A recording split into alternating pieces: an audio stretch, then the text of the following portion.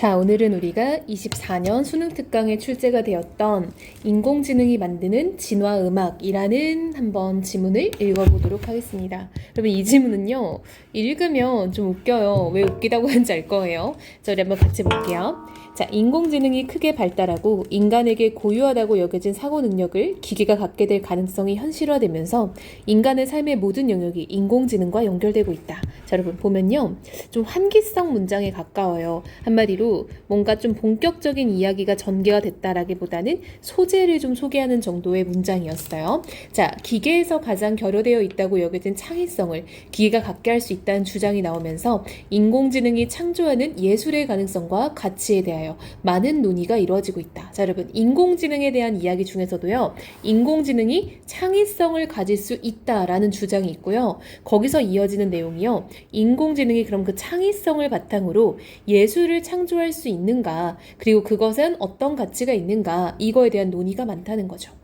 컴퓨터는 단지 프로그래밍이 된 것만 할 수 있다라는 선입견을 깨고, 자, 그럼 여러분, 컴퓨터는 단지 프로그래밍이 된 것만 할 수 있다라는 선입견, 이거는 창의성이 없다라는 기존의 생각인 거죠. 인간이 창출한 적 없는 새로운 음악을, 자, 여러분, 이게 바로 인간이 창출한 적 없는 새로운 음악, 이게 바로 창의성을 바탕으로 한 창조적 활동인 거죠. 그래서 인공지능이 창의성을 가질 수 있는가에 대한 이야기가 바로 이 지문의 주된 요지다라는 거죠.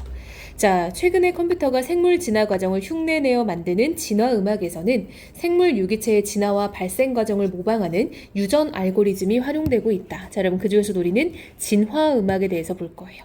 그중 하나로서 유전 알고리즘이 만들어내는 음악 유기체는 마치 생물 유기체가 단일한 세포에서 발생하듯이 하나의 음으로부터 계산에 의해 파생된 음악 작품이다.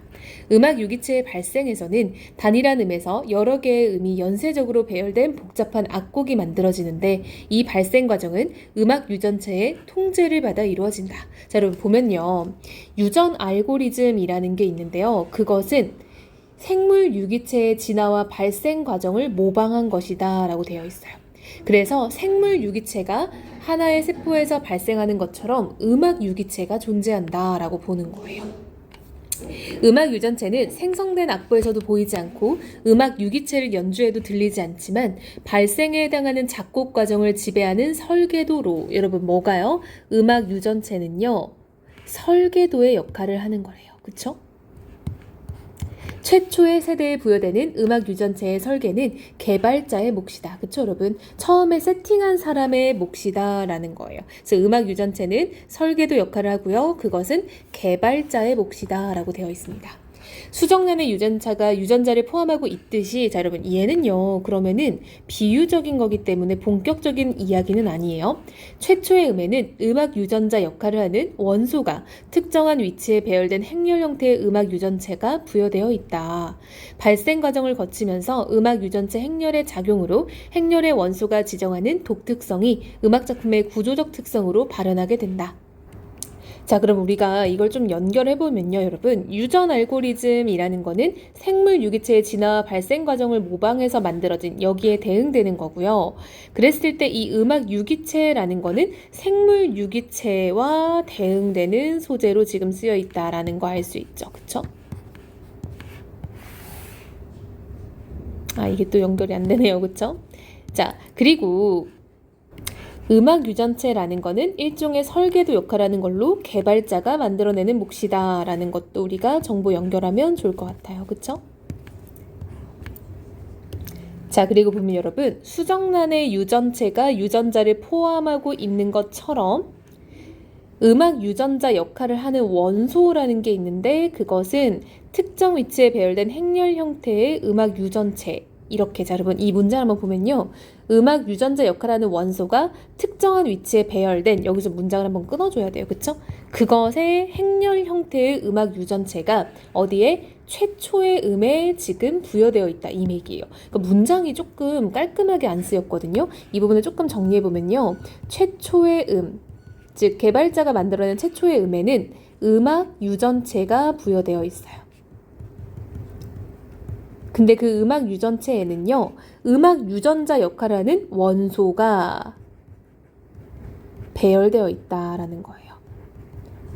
그때 이 원소가 음악 유전자 역할이다. 이걸 체크하면 좋겠죠?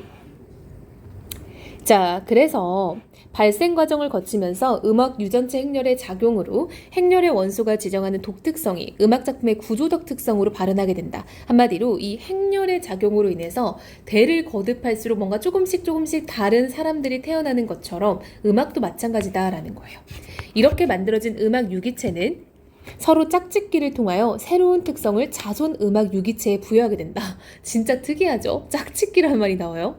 생물 세계에서 짝짓기의 결과가 수정란이고 거기에서 유기체가 발생하듯이 두 음악 유기체가 짝짓기를 하면 음악 유전체를 가진 단일한 음을 형성하는데 이 새로운 음악 유전체가 갖는 절반의 유전자는 두 부모 음악 유기체의 유전체 중 하나에서 온 것이고 나머지 절반은 다른 부모 음악 유기체의 유전체에서 온 것이다.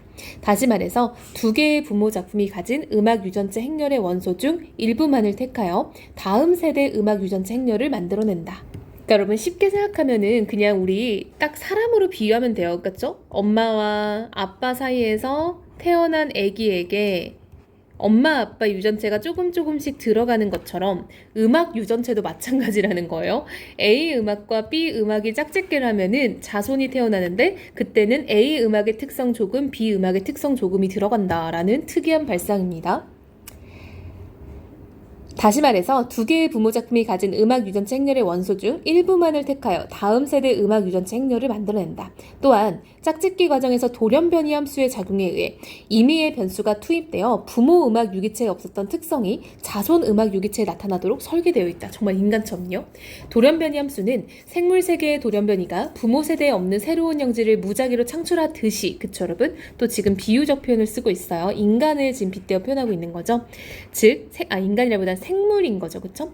유전체 행렬의 0.1 내지 0.5%의 원소값을 무작위로 다른 값으로 대체한다. 이게 바로 뭐예요? 돌연변이 함수인 거죠. 그걸 왜? 생물 세계의 돌연변이를 흉내내려고.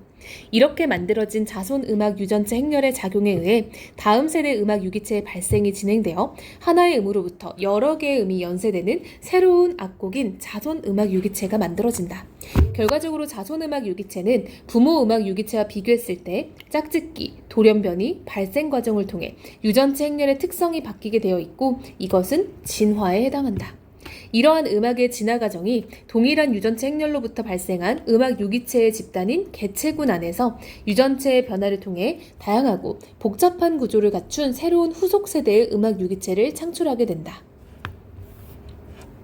자, 여러분 한마디로 짝짓기를 통해 그리고 돌연변이 함수가 들어가고 발생 과정을 통해 계속 자손 음악이 만들어진다는 거예요. 그럼 그 자손 음악들이 계속 만들어지면서 조금씩은 다양하고 복잡한 구조가 되어간다라는 얘기를 하고 있는 거죠. 하나의 음악 유전체에서 다양하게 창출되어 개체군을 구성하는 음악 유기체들 중에서 여러분 이게 다 음악 유기체에 대한 설명이에요. 어떤 것이 선택되어 자손 음악을 남기게 될지는 생물 세계에서 환경의 독특성을 반영하는 자연 선택 과정이 진화의 방향을 결정짓듯이, 자 여러분 계속 보면요. 생물 세계와 이 음악의 세계를 빗대어 표현하고 있죠. 적합 함수들이 필터링을 통해 결정한다. 그럼 여러분 이 적합 함수는 자연 선택 과정을 흉내낸 것입니다. 이때 다양한 적합 함수들이 동원될 수 있는데 그 중에는 특정한 음악적 형식을 따르는지 특정한 음악적 취향을 충족하는지 특정한 대목에서 지정한 음의 지능을 보이는지 등을 평가하는 적합함수가 있다. 음악 유기체 전체가 음악 유전체 행렬에 의해 통제되는 발생 과정을 거친 후에 적합도가 적합함수들에 의해 평가되고 매 단계에서 가장 적합도가 높은 10 내지 25%의 음악 유기체가 필터링되면 최종적으로 남은 음악 유기체들이 무작위로 짝이 지어져 충분한 후손을 만들어내고 그것들은 다시 발생 과정을 거쳐 새로운 개체군을 구성하는 음악 유기체가 된다. 즉, 생물 세계에서 환경의 독특성에 의해서 자연 선택 과정을 통해 진화나 어떤 이런 진화가 발생하는 것처럼 우리 이 음악에서는 적합 함수들에 의해 평가됐을 때 이 기준을 넘는 것들이 남게 된다라는 거야. 한마디로 이 적합 함수의 필터링이요. 이꼴 자연 선택인 거예요. 예를 들면 이런 거죠, 여러분. 우리가 사막에서는 사막의 환경에 맞는 생물종들이 자연 선택돼서 살아남는 것처럼 여기서는 이 적합 함수가 그 역할을 한다는 겁니다. 이렇게 유전 알고리즘을 통해서 완성된 많은 작품 중에서 선별된 것이 세상에 발표된다. 음악 유기체의 개발자들이 추구하는 목표는 사람이 생각해낼 수 없는 참신한 음악 작품의 창출이다. 여러분, 이게 바로 인공지능의 창의성인 거죠.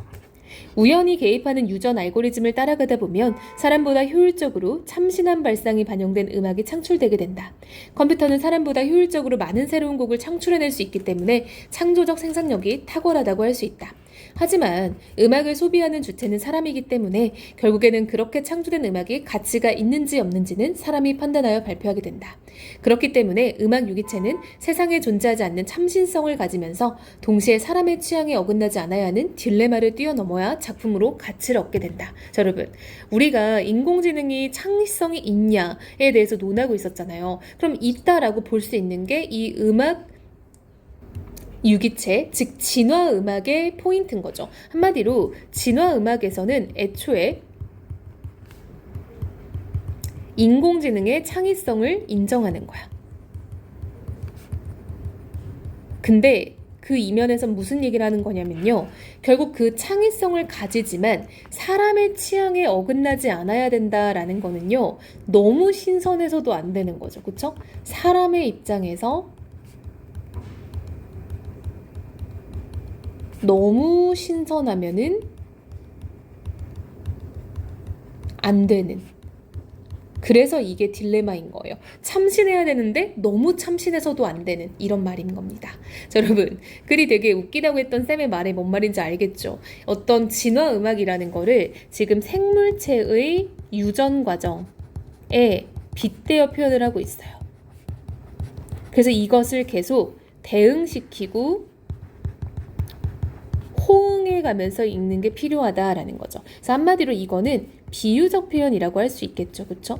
생물체에 대해서 진화 음악을 계속 빗대어 표현하고 있으니까요. 자, 그래서 쌤이 나름대로 연결을 해줬는데 우리 친구도 잘 따라가면 좋을 것 같고요. 막 너무 어려운 내용은 없지만 오히려 용어들이 비슷비슷하게 쓰여서 헷갈릴 수 있겠다라고 생각이 들어요. 그래서 그런 부분들도 잘 따라가면 좋을 것 같습니다.